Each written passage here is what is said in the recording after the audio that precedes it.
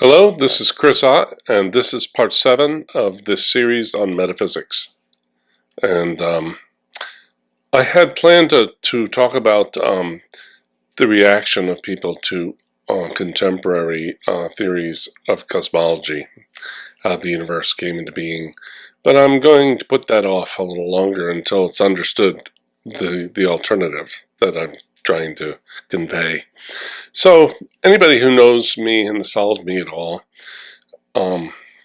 knows that I have a theory which I call the evolution of perception, and it has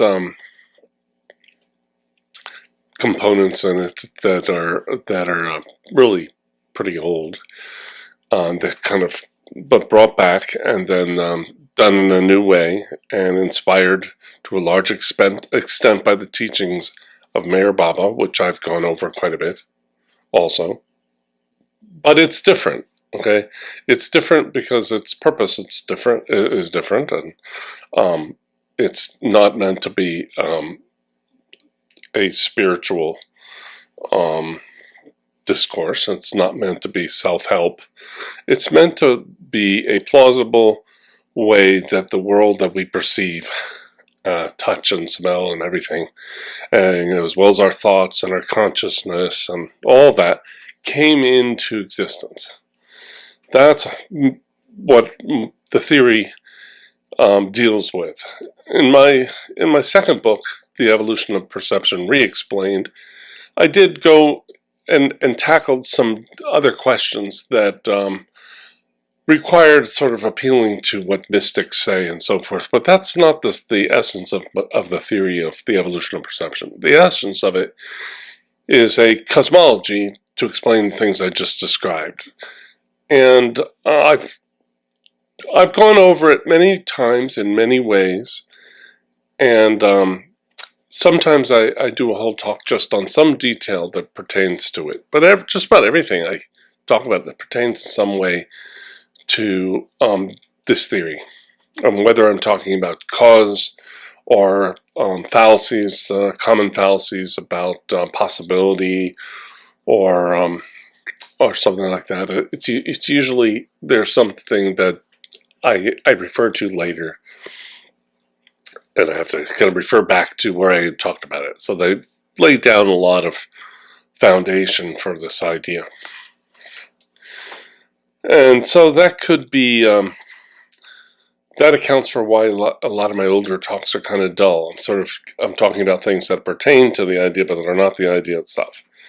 And the same is true of this. Here I need to talk a little more about the subject of matter. And matter is something most people don't really think about, but in philosophy it's an important concept and has to be dealt with. Now I'm going to say what matter is in philosophy, and then say why it's a subject of interest and why it pertains to the evolution of perception too. And I'm going to explain that while it has always seemed that it's an essential part of every cosmology, if you read contemporary cosmologies of the Big Bang and so forth, the expanding universe, the word matter comes up often. So it was matter that was compressed before the Big Bang and came out in the Big Bang and so forth. And so we need to say, well, what are we talking about? And in evolution of perception,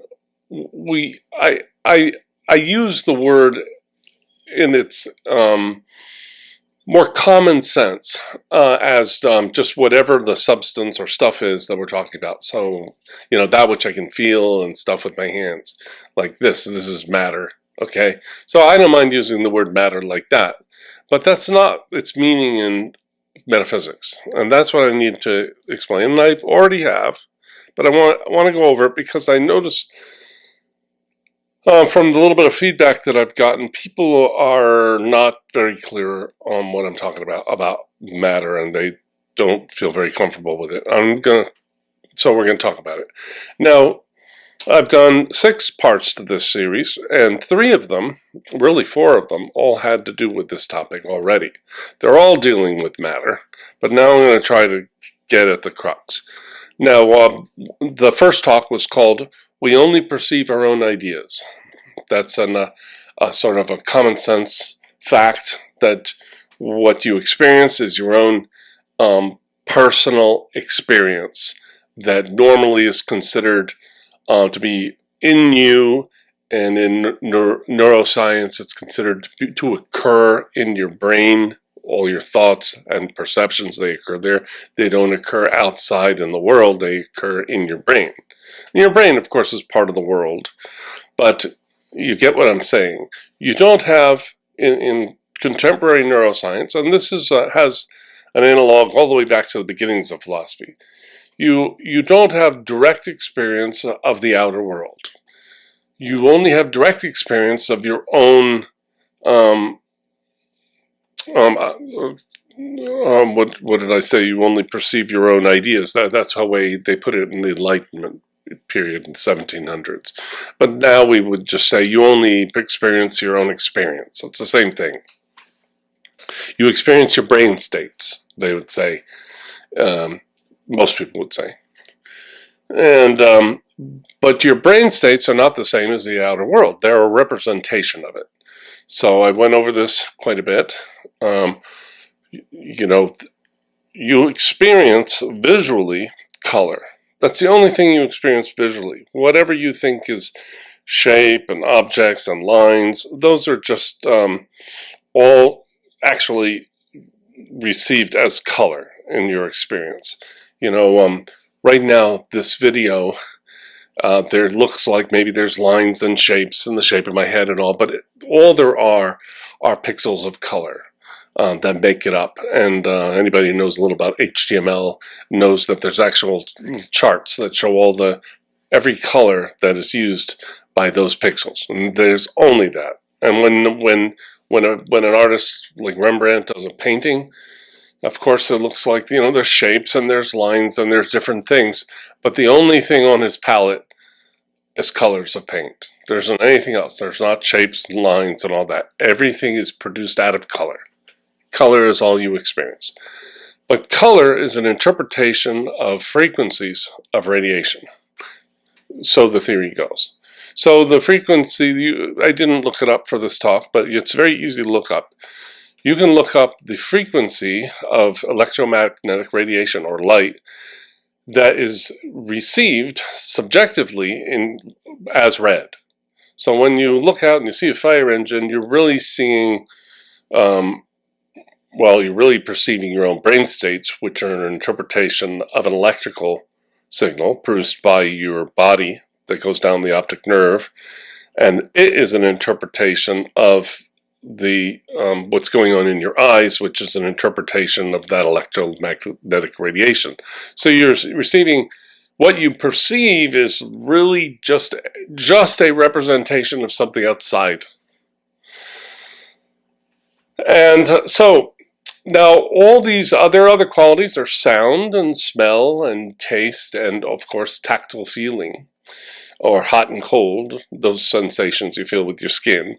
But all those occur in the brain, or they used to say the mind. It's the same thing. Basically, it's trying to articulate the same thing. It's occurring in you. Now, 2 people see a fire engine. They both see it as red, but they just are going, the same process is occurring in each one of them. You know, they both have a set of eyes and optic nerve and a brain. So anyway, once again, I'm going to use this term because it's very useful. It's called sensible qualities.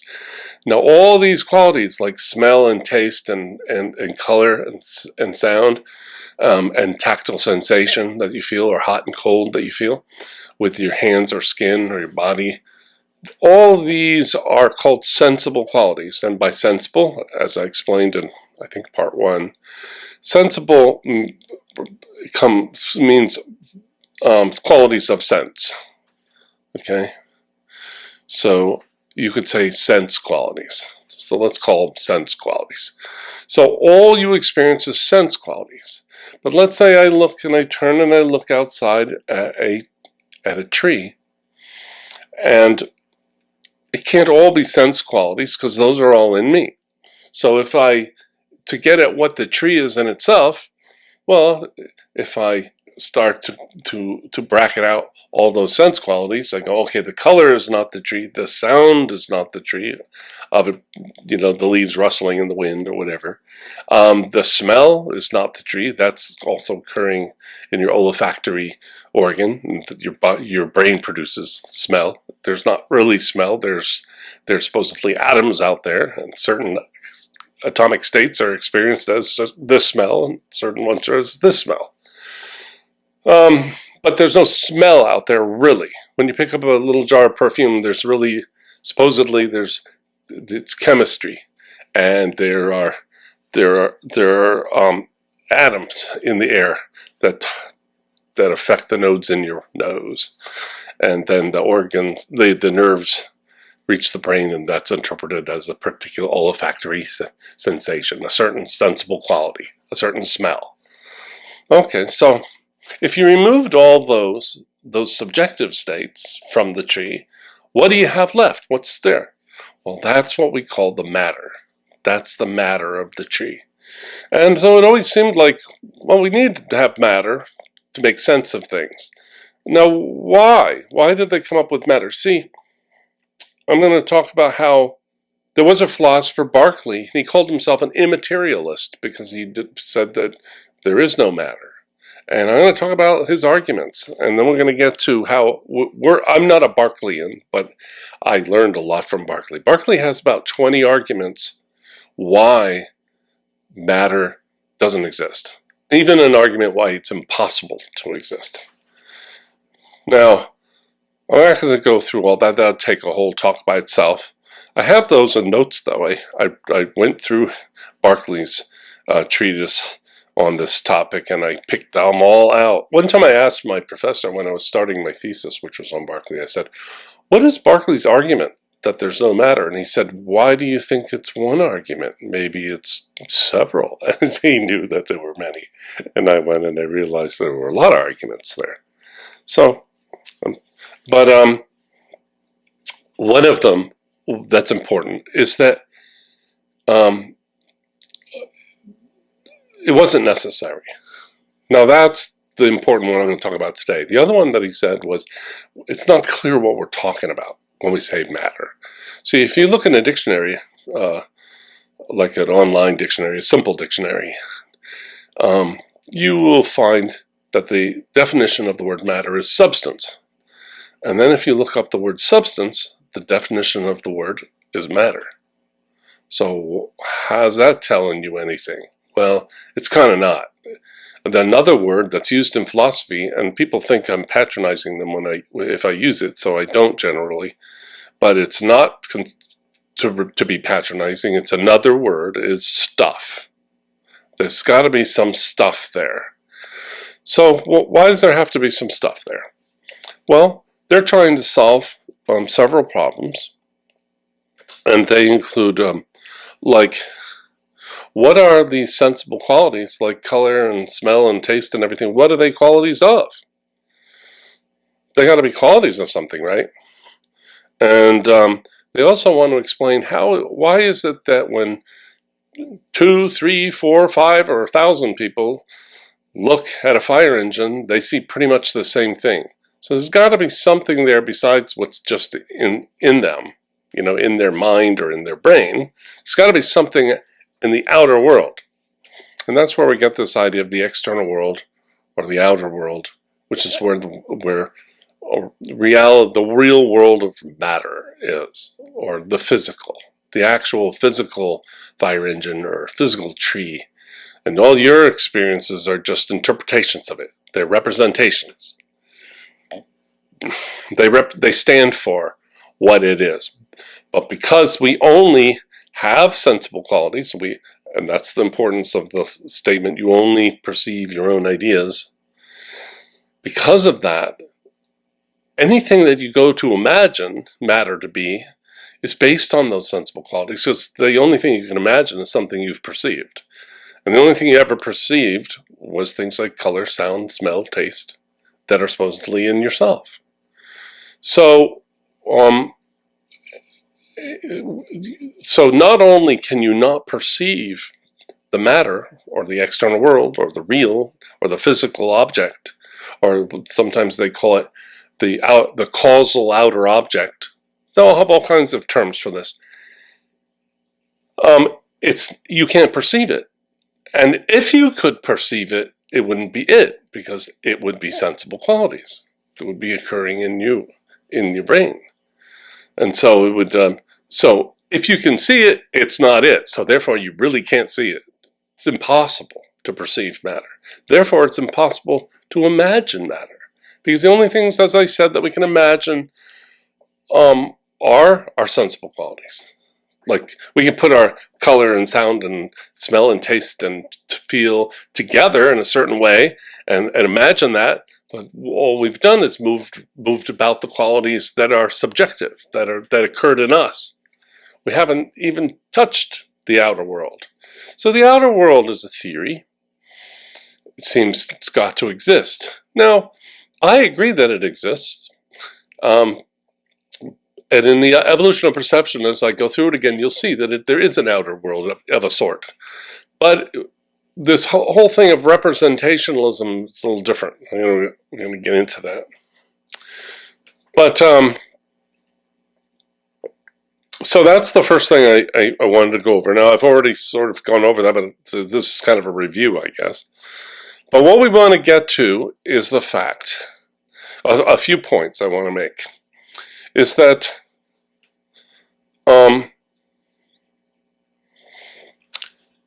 the evolution of perception goes like this.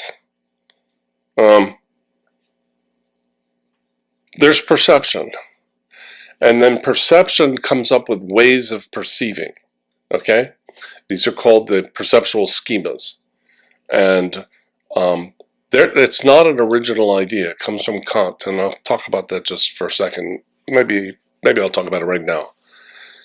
Where did this come from, this idea of ways of perceiving, and organizing your experience? This perceptual schema, which I liken to a lens through which perception begins to perceive. Well, what's this lens? It comes from Kant. And I asked a Cambridge Kant scholar to tell me if I was correct in using the analogy of a lens for what Kant called a pure intuition. The pure intuition of time, the pure intuition of space. Let me just explain that for a second. There was a debate about what time was at the time of Kant in the late 1700s. And the debate was whether space was like a physical thing, stuff or something, like we have today, by the way, where we have our folded space-time. That's where time is thought of as a material stuff. They call it the fabric of space-time, bent space, folded space-time, all these things. It's very reified.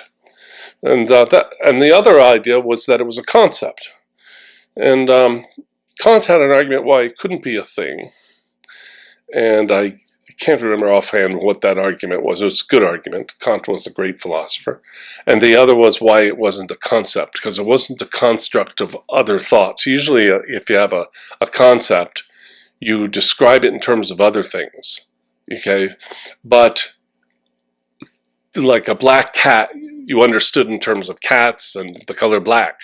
But time wasn't like that, because the only way you could describe time was to simply refer to time. So we seem to know what time is when we stop and reflect on it, but we don't know what it is exactly, and we don't know how we know what time is. Nobody could tell you what time is. Like some people that you go, well, what is time? And they go, well, like a clock. But what they're doing is they're trying to just jar your own experience of measuring time. A clock measures time. It's not time. So it is just assumed that the person has an intuition of time. That's why he called it a pure intuition. It's not a construct, or it's not synthetic and put together from other ideas. It's something that you're born with and you don't know how it got there.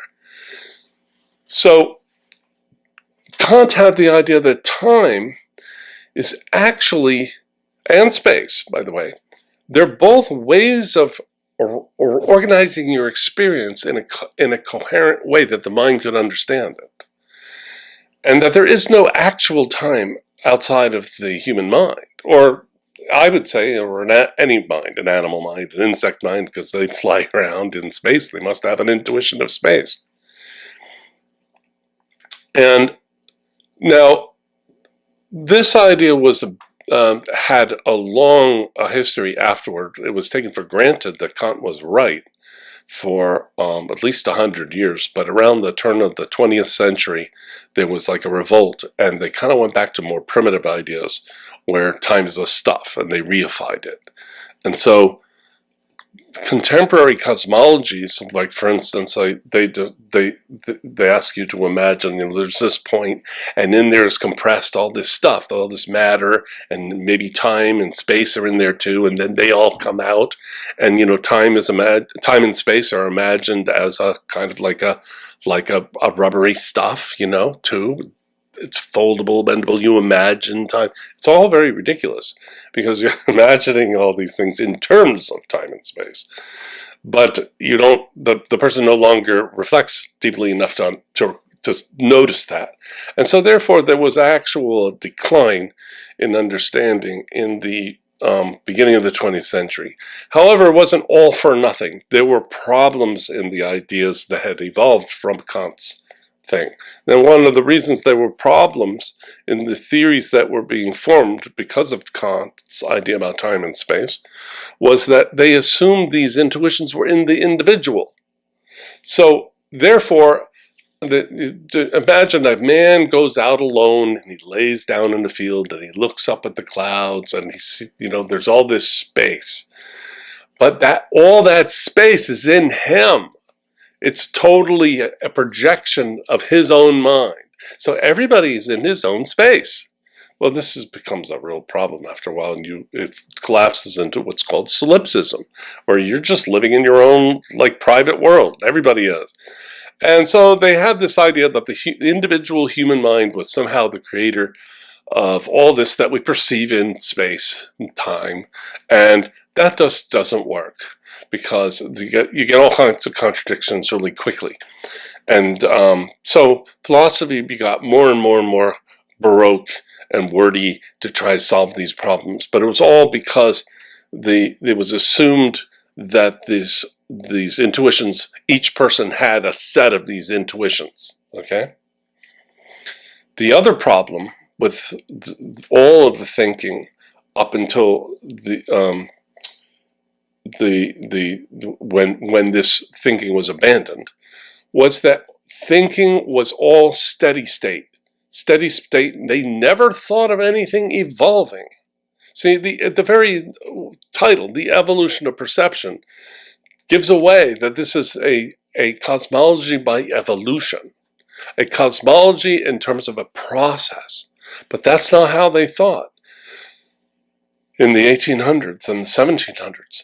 What did they think? I just talked about it in an earlier, I think the last video. People were deists.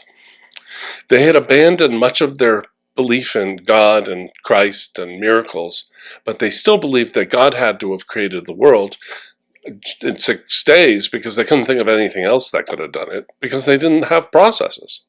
So there had to be something that made the world. So God had always been there, so it just went right on, and they went on accepting this idea. And gradually, beginning with Charles Darwin, who did begin to look for processes that produced portions of the world of our experience, which is animal life, they became more hopeful that they could explain everything in terms of physical processes. Well, and hence the Big Bang, not too long after Darwin. Let's come up with a physical process. But the problem with these physical processes that they were coming up with is that they were all where they reified time, they reified space, and it's primitive thinking, and it is not intuitive.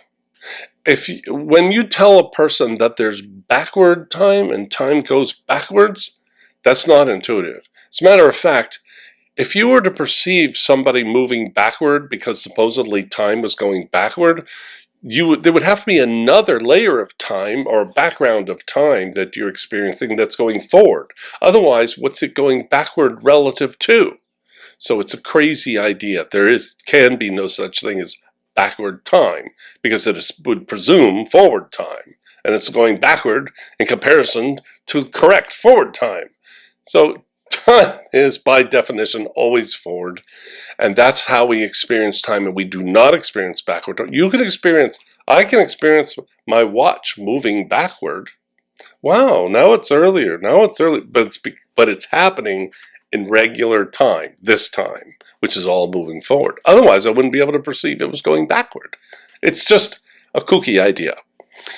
Now, this is the reason that people are either clinging to like the 6-day creation, or they're looking at really funky ideas, like we're seeded by space aliens, because the cosmology of the Big Bang and so forth is so counterintuitive that they simply, on a subconscious level, they don't reject it. They go, well, I guess there is, but they start just assuming I have to reject all my natural intuitions I was born with, and start thinking all wacky, because that's how you get Nobel Prizes. You say things that don't make any sense and you'll get a Nobel Prize.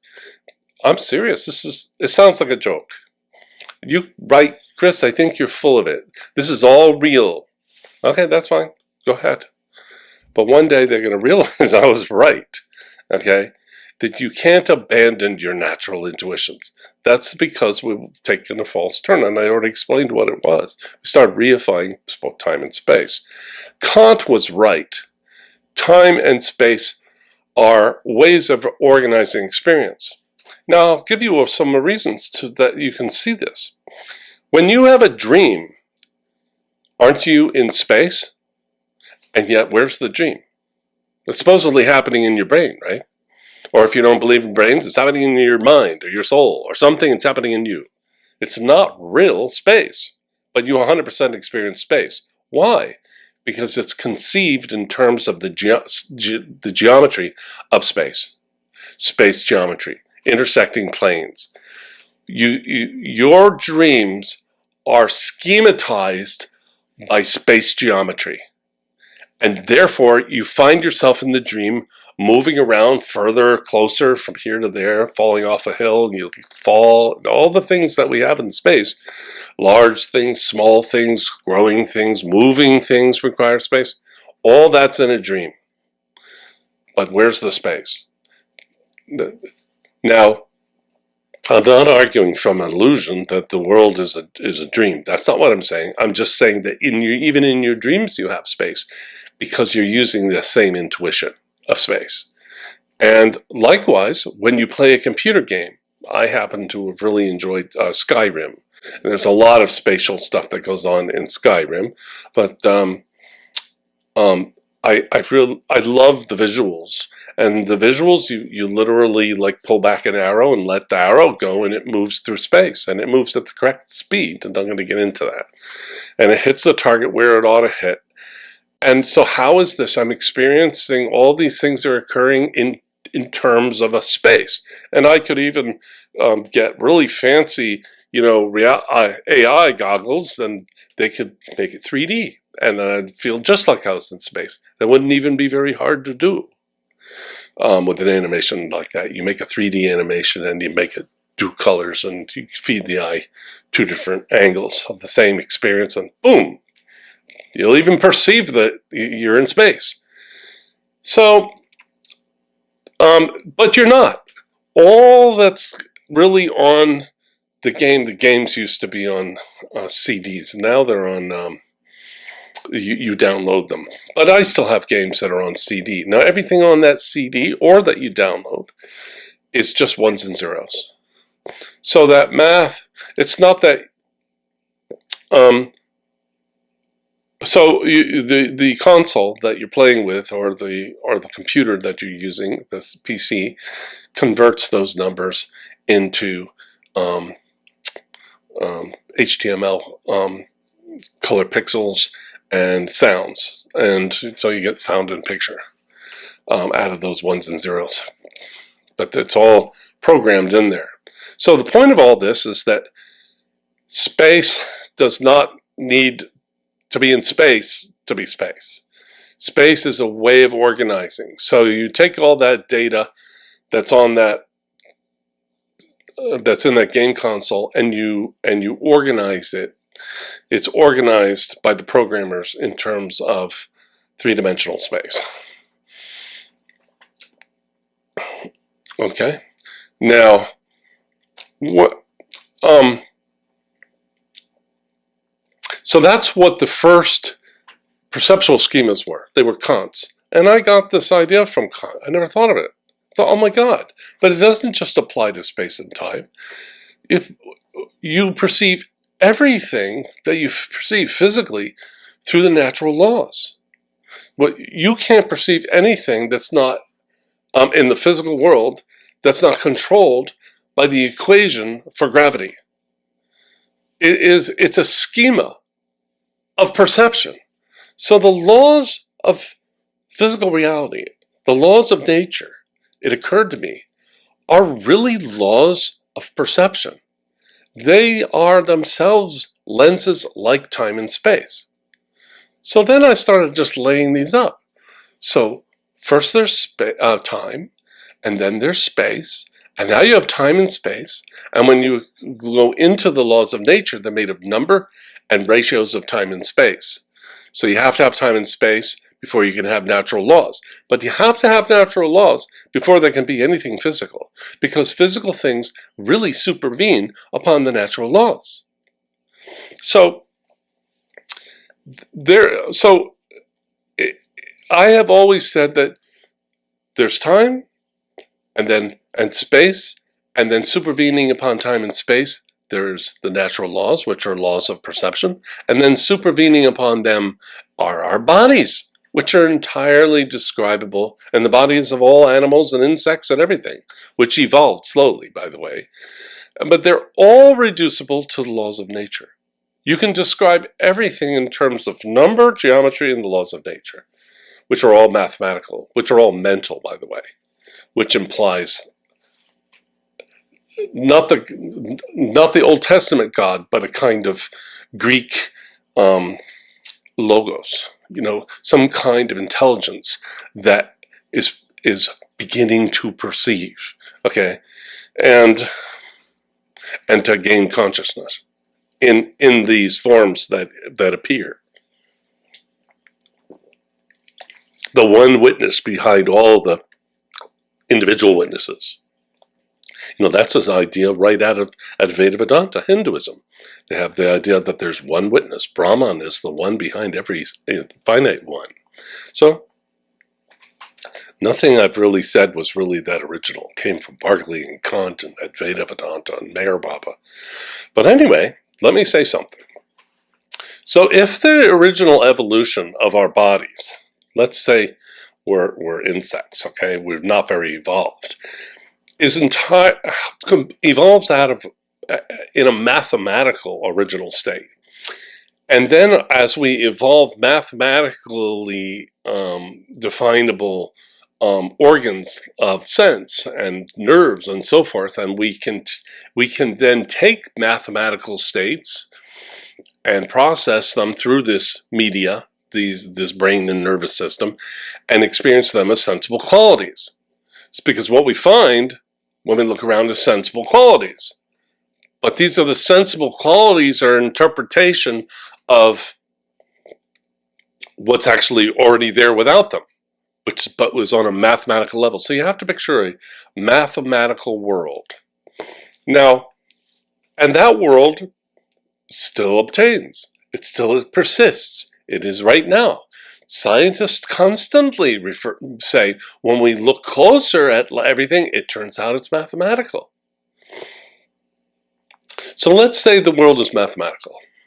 Just imagine a mathematical world with like dinosaurs that are where the dinosaur is determined by the geometry of its body and its distance from other objects in its environment geometrically, and then it operates entirely according to natural law, and then it begins to develop a little bit of consciousness, so it starts making apparent decisions. Well, in this mathematical world with dinosaurs and insects, who are, through their nervous systems, are experiencing sensible qualities like color and sound as they are experiencing them.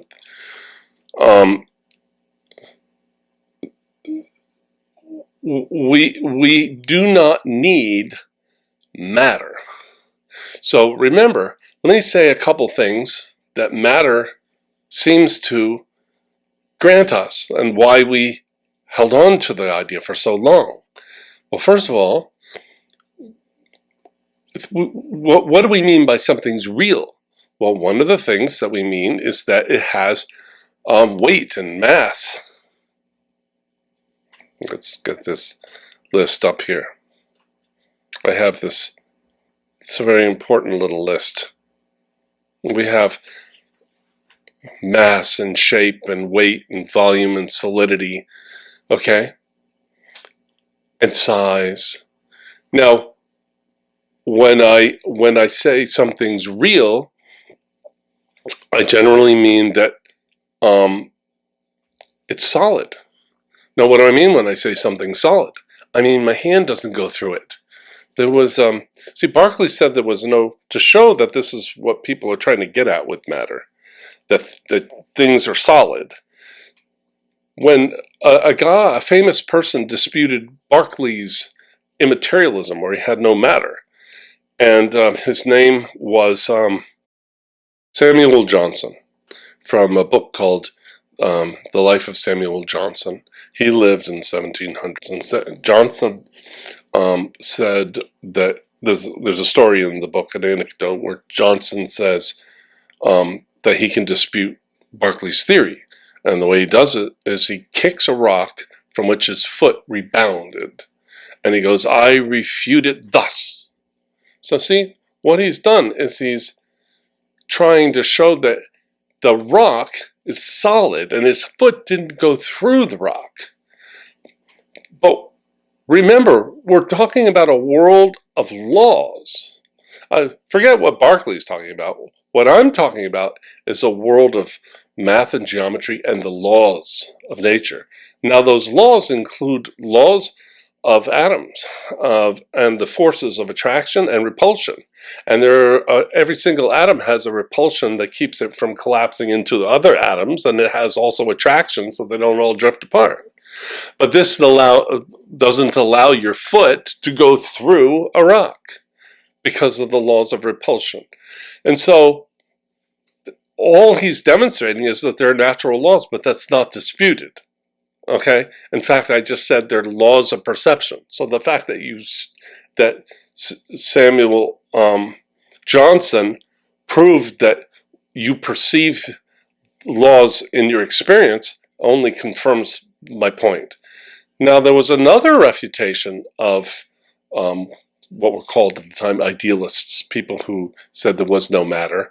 And this was in the early 20th century, and it's by G.E. Moore, who's a very famous philosopher from Cambridge. And he gave a famous speech, and he said, I'll give you the proof of matter. And he holds up a hand like, this is my right hand, and this is my left hand. He does this in front of a class of students. So what he's showing? He's showing that a group of people perceive his hands. So that's one of the other things that is true of things that are what we call real, is that more than one person sees them. Whereas if you have a hallucination, just you do. It's private. Or if you have a dream, only you experience your dream. But when you go to a lecture and you see Eugene Moore holding up his hands, everybody in the room can see his hands. So all he's showing is that you all perceive these things, but of course that doesn't go against anything, at least in the evolution of perception, because we are all experiencing the same world. When you follow it through, you see that we're all experiencing the same world, a little different because we have different individual schemas. So, and you find yourself in that classroom, a world of sensible qualities, which is really mathematical qualities, which are really just ratios of time and space, which are really just schemas of perception. So do you see how you start to get a world out of ex nihilo with this theory? Now,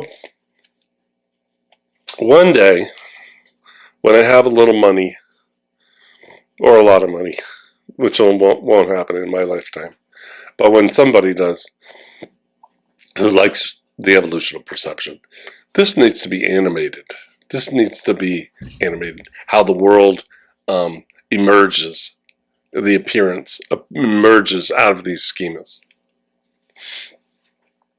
Now I want to say one more thing. The downside of the contemporary cosmology, and really all cosmologies, is this representationalism. This idea that you're not seeing the real world.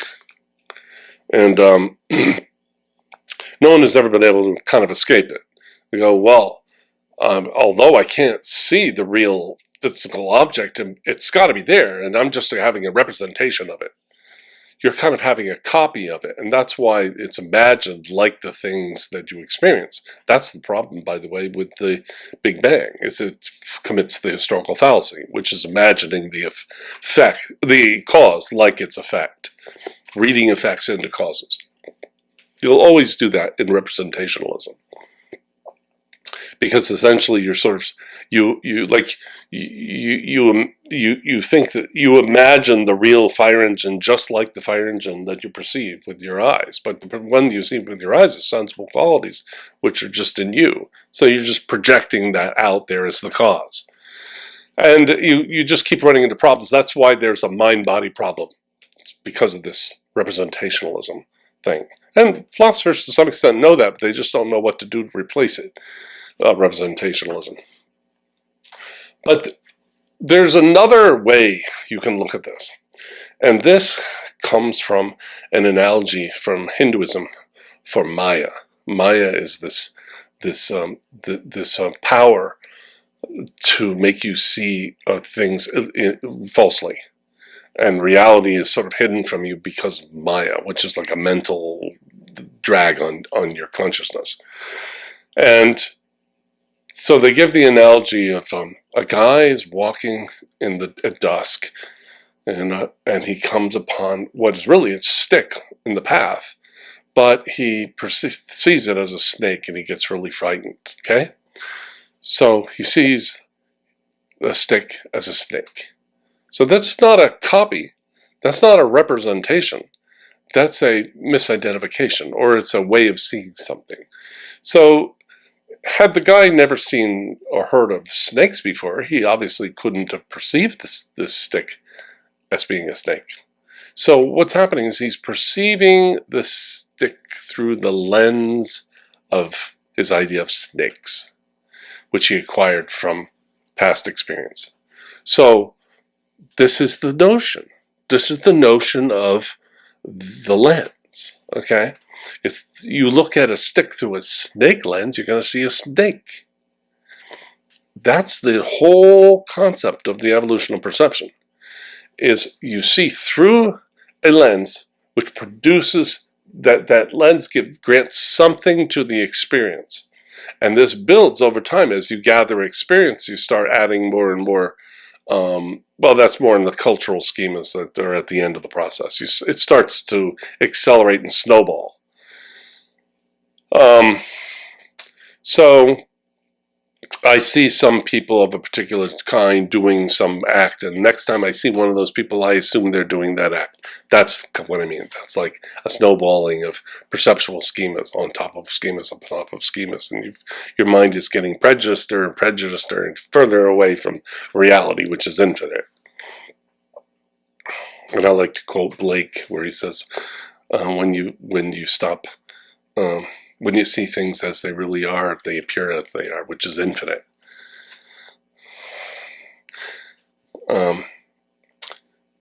So this is different. This is seeing, I call it seeing through and seeing as, or seeing one thing as another. And in my new book, I actually start out with this, and I say, perceiving this, I give an example, I forget the example I used. You perceive this as this. And that's the whole idea. So perception is a series of perceiving in different ways. So you could call this adverbial. Different ways of perceiving produce a more and more complex object, as there are more complex ways of perceiving. Now, it sounds strange that you can get a whole world out of that, a repetition of that same process, but you can. That's what I'm always trying to convey. And you do it without representationalism. And therefore, when you get done and you've really grokked the idea, then you turn and you look out, there's a fire engine out in the yard, and you go, I'm seeing the actual fire engine. Well, how is that? What about the brain and all that? Well, that's still there. Mathematically, there is a brain and everything, and you need to have a brain, and it does interpret sound waves as sound and everything. But what you finally get with all those sensible qualities, with that particular sound, and you're at an opera, and there's a soprano on the stage, and you hear her singing, and you see her dress, and it's glittering, and the fragrances in the room, and people are smoking cigars, and you have the perfume of the people around you, and all this sensation. It's the real opera. That's the actual soprano, because that's how she is produced. She is produced. The fact that it's a sort of perceptual illusion doesn't change the fact that that is the actual end effect of the evolved perceptual illusion. Yes, you are in illusion in a way, and this is what the Vedantists try to emphasize. But I don't emphasize that. But it's fact. It's a perceptual illusion produced by schemas. However, that world that you're perceiving is the actual world, the real world. There is no other. There's no hidden, invisible world. There's no invisible world and then a perceived world, like there is in materialism and idealism, by the way. This is something new. This is something different. All theories prior to this, you don't perceive the world as it is, except some kind of. There is a theory called objectivism. Ayn Rand had one. I've never read a lot about it. Doesn't sound very promising. I was told by a professor that none of those, they're called naive realism, direct realism, none of those worked.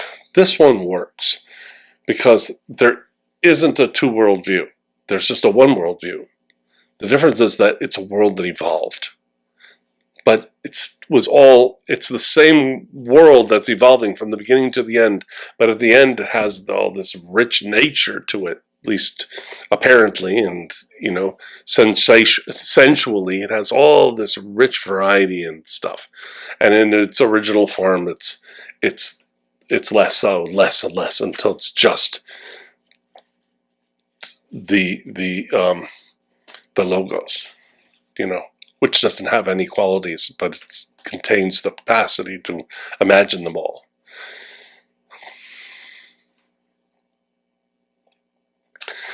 And so your final effect is nothing, your cause is nothing like your final effect. And so you'll never run into the historical fallacy, which is reading your effect into the cause, because the cause isn't just a repeat of the effect. It's not a copy. So when I look at, there's not another fire engine that's creating your experience of the fire engine. Now, there was one other problem with matter.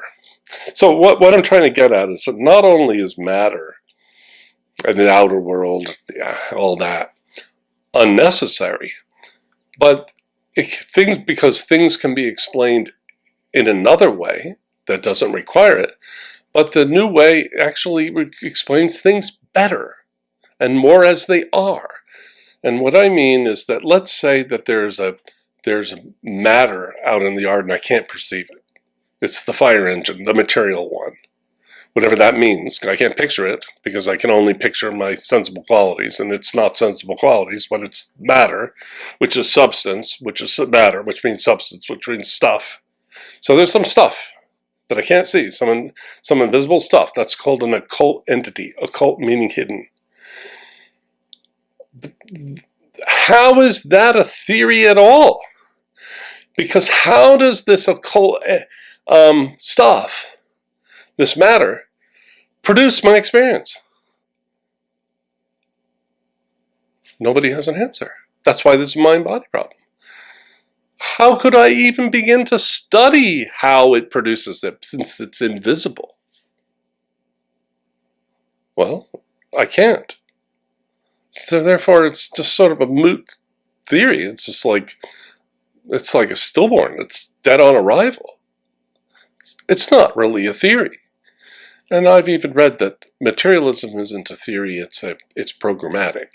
It's a program to one day find some kind of theory by which something called matter produces our experience. Because all we have is our experience. That's the world we live in. I live in my experience, I'll die in my experience, and I'll be reborn in this experience of this illusion, or call it reality, call it whatever you want. That's not the point of the evolution of perception. It's not as I said, it's not a self-help program, and it's not about trying to be mysticism. It's trying to be consistent, though, with mysticism, and it's trying to be consistent with the observed facts of nature, which include that everything is governed by natural laws. It simply reassigns those laws from being laws of matter, which I don't even know what that is, to being laws of perception, which I'm totally intimately acquainted. I know exactly what I mean. And if I was to spill some water out of this Perrier bottle, it would spill on my lap. I would see it spill on my lap. If I see this turn too far, it'll start spilling on my lap, and it'll feel cold. How do I know all that? Because I know a little about the laws of perception after a life of living in the world of perception.